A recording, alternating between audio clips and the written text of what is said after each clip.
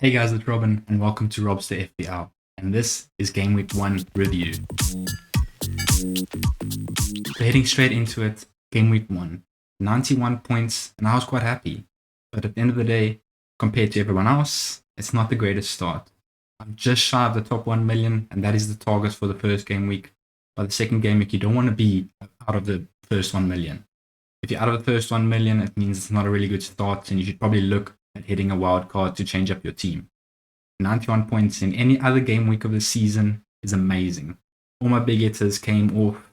I felt like I had a really good start, but everyone else had a similar good start. Most of the big players in FPL had a return and had a big return. A lot of people in the first game week played triple captains, played bench boosts. So that's why there's a big discrepancy. If you look at the person came in number 1, top 150, around 140 points, most of those people played chips, played a triple captain on Bruno or Salah, and those paid off big time. I'm never a guy that wants to take that risk in game week 1 because you never know how they're going to start. Liverpool weren't that hot in pre-season. Salah didn't really do much in pre-season, so it was a risk. Bruno looked good in pre-season, but you never know. Leeds could have been a better opponent towards the end of last season. The defense against big teams were much better. So you're carrying that risk of playing a chip as a triple captain on one of those people in game week 1 if you're not sure if their form is good. So I respect them, and if they did it, they paid off big time. But if you look at my team here, 91 million, Fernandes, Salah, paid off big time. It's my star where I've been set on since the beginning. In my team, 9 points, big differential pick, and he did really well. A bit disappointed with Mahrez, but I believe in the Norwich game. It's now his game where he has to pick. I need a lot of points from him. This is his game to rectify his mistakes against Tottenham. Didn't look very threatening, and City felt lackluster in attack against Tottenham. Didn't create many clear-cut chances. Started the game really on fire, and there's a couple of chances that they probably should have buried in the first 10 minutes. But after that, the steam just blown away, and it became much more of an even game, and Tottenham looked more threatening on the counter-attack with Son. So the position of keeping $1 million in the bank to get Mahrez instead of Son after game week 1 looks like a bad decision based on how good Son played. But I'm going to give Mahrez another game or 2 before I make that decision. The rest of my team, I'm really happy. Tsimikas paid off big, 4 million, and he started and he looked really threatening in the Liverpool attack and a stable defense for Liverpool, so I'm really happy. Shaw, Dunk, and Sanchez. But you're risking it. If you're playing double at the back, you're risking it. But Brighton against Burnley, who usually struggle offensively, just look at the pick. Before the game, analyze it, and that at the end of the day will always be a good pick. Even though Burnley scored after 2 minutes, if you look at the replay, I would argue that shouldn't have stood, and that's a big turnaround of plus 10 points for me. So those small decisions really go. At the end of the day, if you look at your FPL, it really turns it around a lot. But I'm still happy with this team, and I'm really happy. Wilson and Ings. A bit lucky with Ings getting that 97th minute penalty. Didn't do too much throughout the game, but you take it. Wilson, focal point. I knew what he was going to bring, and he is one of the set players in my team. Ivan Toney played really well in the Brentford game. They really had high spirits, and he more looked like the assister for Mbeumo instead of the goal scorer. But I believe in smaller games like Crystal Palace coming up, he has to be the target man. But I'm giving him a game or 2 to decide because there's other players around that 6 million mark that all of a sudden put their name in the hat. And if we look at that, Adam Armstrong for Southampton, really late transfer, and he's straight into the team as number 9, scores a beautiful goal, and he's at that 6 million mark. So he's a real contender if Ivan Toney's form doesn't pick up after the first 3 or 4 games that you can swap out.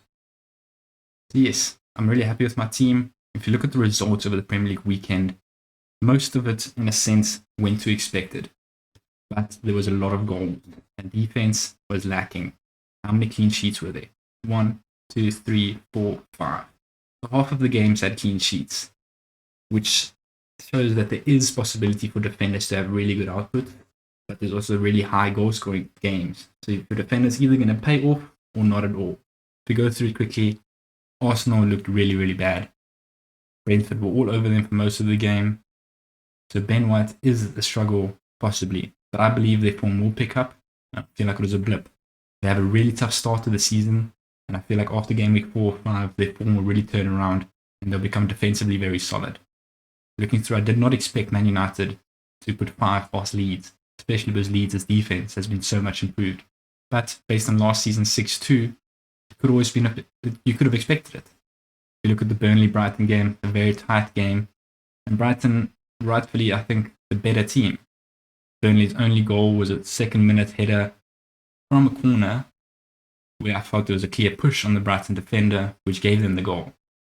Otherwise, Brighton should have won that with a clean sheet. I'm quite disappointed about that. Chelsea looked dominating, but I was kind of expecting that from Crystal Palace. New manager, new system. Similar to when Frank de Boer came in and they lost the first 8 games before he got fired.